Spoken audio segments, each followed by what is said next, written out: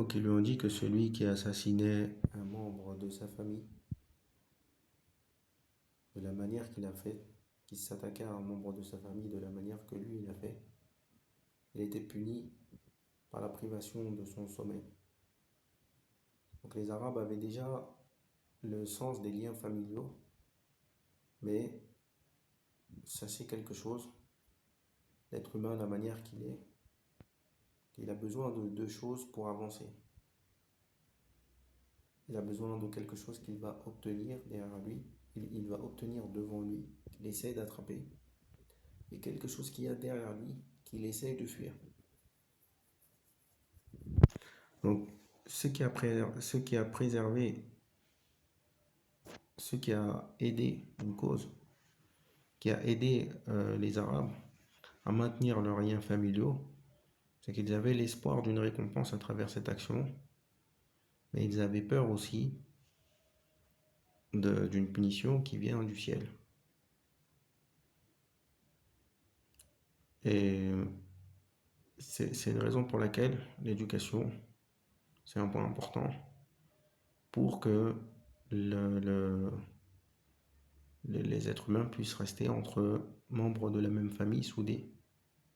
Car le diable essaye en fait en priorité de dessouder les gens dans leur famille. C'est le plus simple en fait. Quelqu'un qui peut vous atteindre, la personne qui peut le plus facilement vous atteindre, c'est un autre membre de votre famille, car il a toutes les informations sur vous. Pour certaines, ils habitent au même endroit que vous. Donc c'est par ces personnes-là que le shaitan va commencer. Et là, si on n'a pas d'éducation, on n'a pas une éducation religieuse qui nous permet de comprendre ce que l'on bénéficie, ce dont on aura bénéfice lorsque l'on préservera, lorsque l'on patientera sur les injustices, et ce dans quoi, ou ce qui nous atteindra lorsque nous-mêmes nous ferons des injustices aux membres de notre famille. C'est-à-dire, en fait, la chose là qui a été citée, ce n'est pas un jugement qui est tiré. Le fait que quelqu'un assassine un autre membre de la famille et qu'il soit privé du sommeil jusqu'à son décès, ça c'est ce qui est rapporté. On ne prend pas de... Ça c'est ce qui est rapporté dans le livre de la biographie de Ibn Hisham. Il n'y a pas de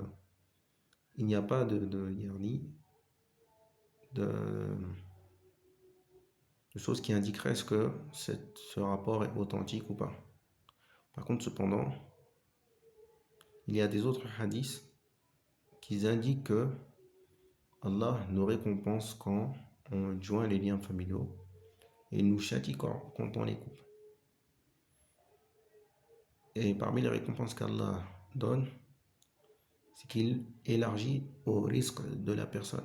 Le risque n'est pas le risque. Donc deux choses différentes. Le risque de la subsistance. Et donc Allah, il élargit aux personnes la subsistance. C'est pour ça que vous voyez les personnes qui ont des grandes familles, ils ont une large subsistance. Il y avait un homme au Yémen, Allahumma barik, et lui, et ce message aussi pourrait s'adresser à certaines personnes, car on entend souvent des personnes qui se marient avec des femmes et qui les divorcent après en quelques jours.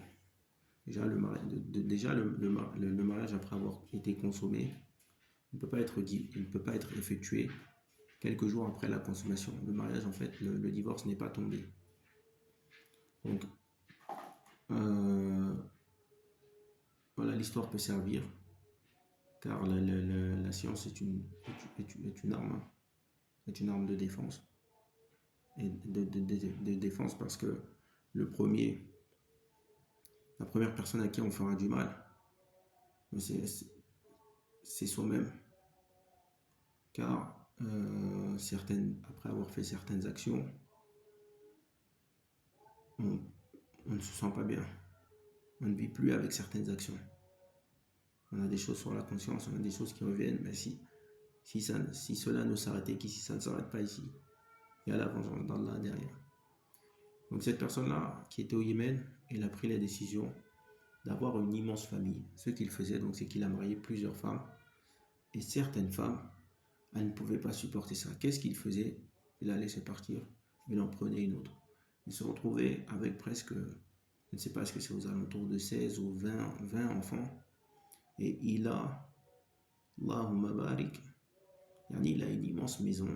Et en plus de ça, il a plein de champs. Et lorsqu'il montrait, voilà, c'est à perte de vue, tout ça, il disait, tout ça, ça m'appartient. Il disait que tout ça, c'est à lui. Donc, ne pas craindre de se marier, d'avoir des enfants. Seulement, en réalité, voilà, essayer de se mettre dans une situation où on pourra assumer certains types de difficultés. Lorsque vous avez choisi un certain train de vie, c'est-à-dire que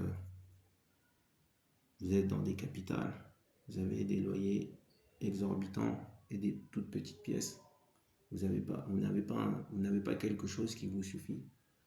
Donc non, ne restez pas dans des capitales. Cherchez plutôt des petites villes où voilà, il n'y a pas grand-chose dans ces petites villes, il n'y a personne presque qui s'intéresse. Mais il n'y a rien non plus aussi, quasiment, qui est cher.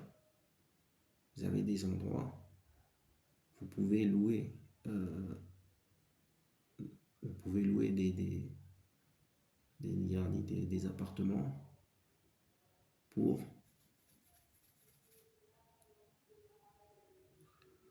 oui, pour environ 30 euros. Hein. Des petits appartements, 2 pièces avec des chaudières libres, environ avec une petite cour. Vous en avez pour moins de 30 euros dans des endroits. Dans certains pays, dans certaines villes. On n'en est pas encore à la campagne. Vous comprenez?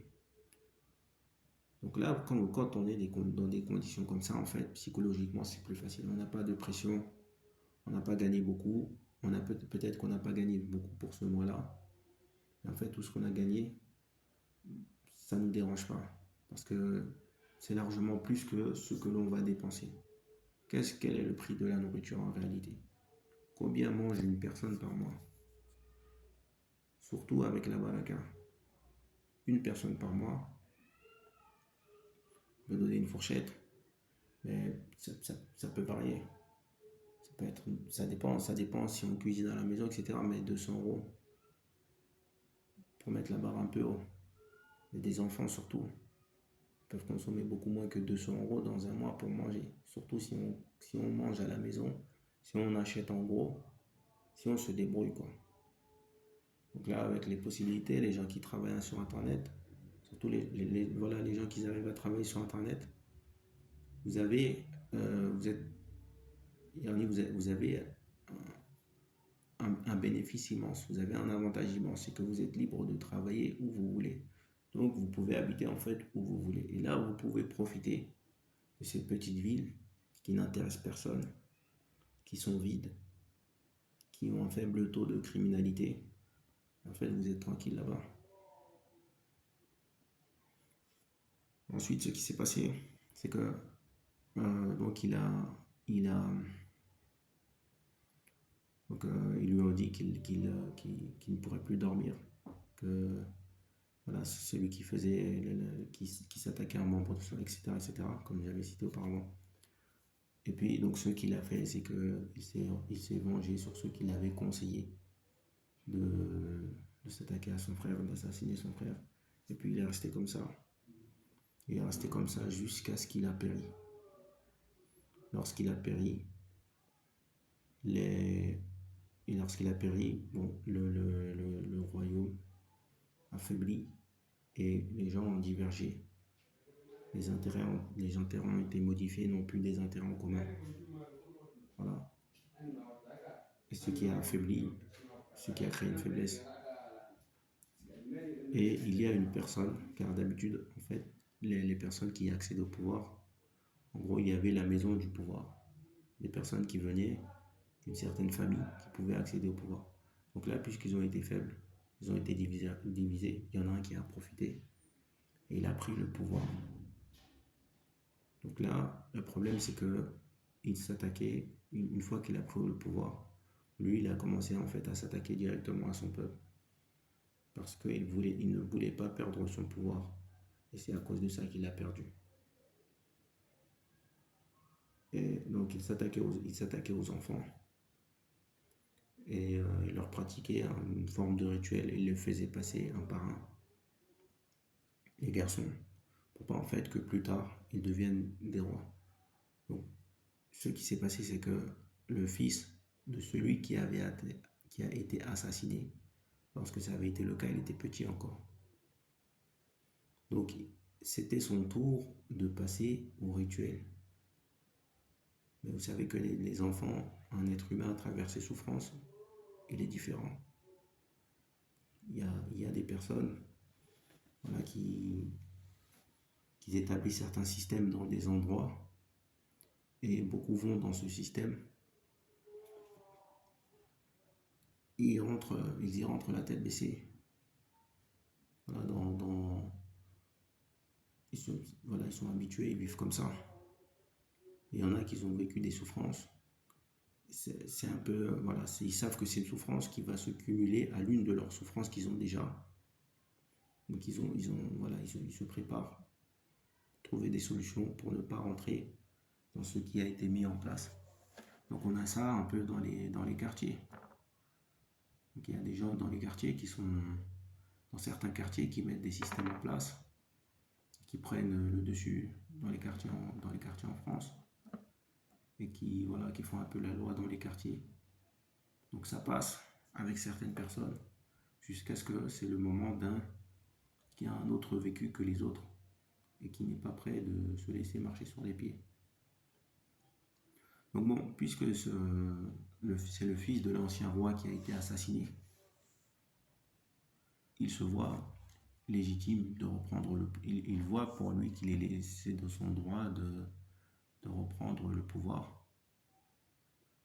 Et donc lorsque ça a été son tour de passer au rituel, qu'est-ce qu'il a fait?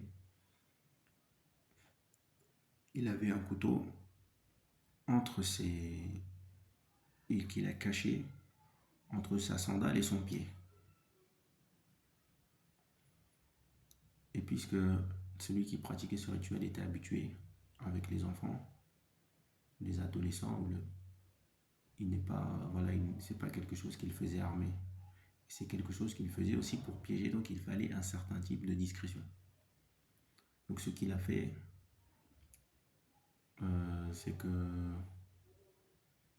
donc c'est lorsqu'il est venu pour pratiquer ce rituel, et ben il a sorti, il lui a sauté dessus avec le couteau et puis il l'a assassiné.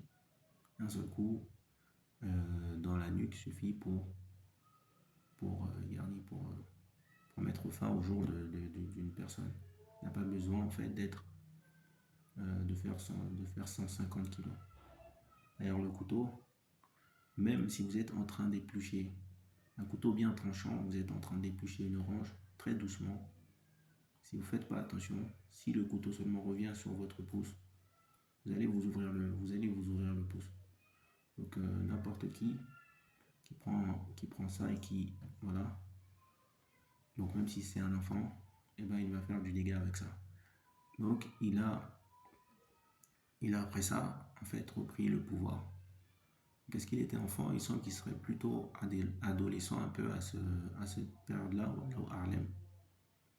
Donc il s'appelait Dhu Nuwas.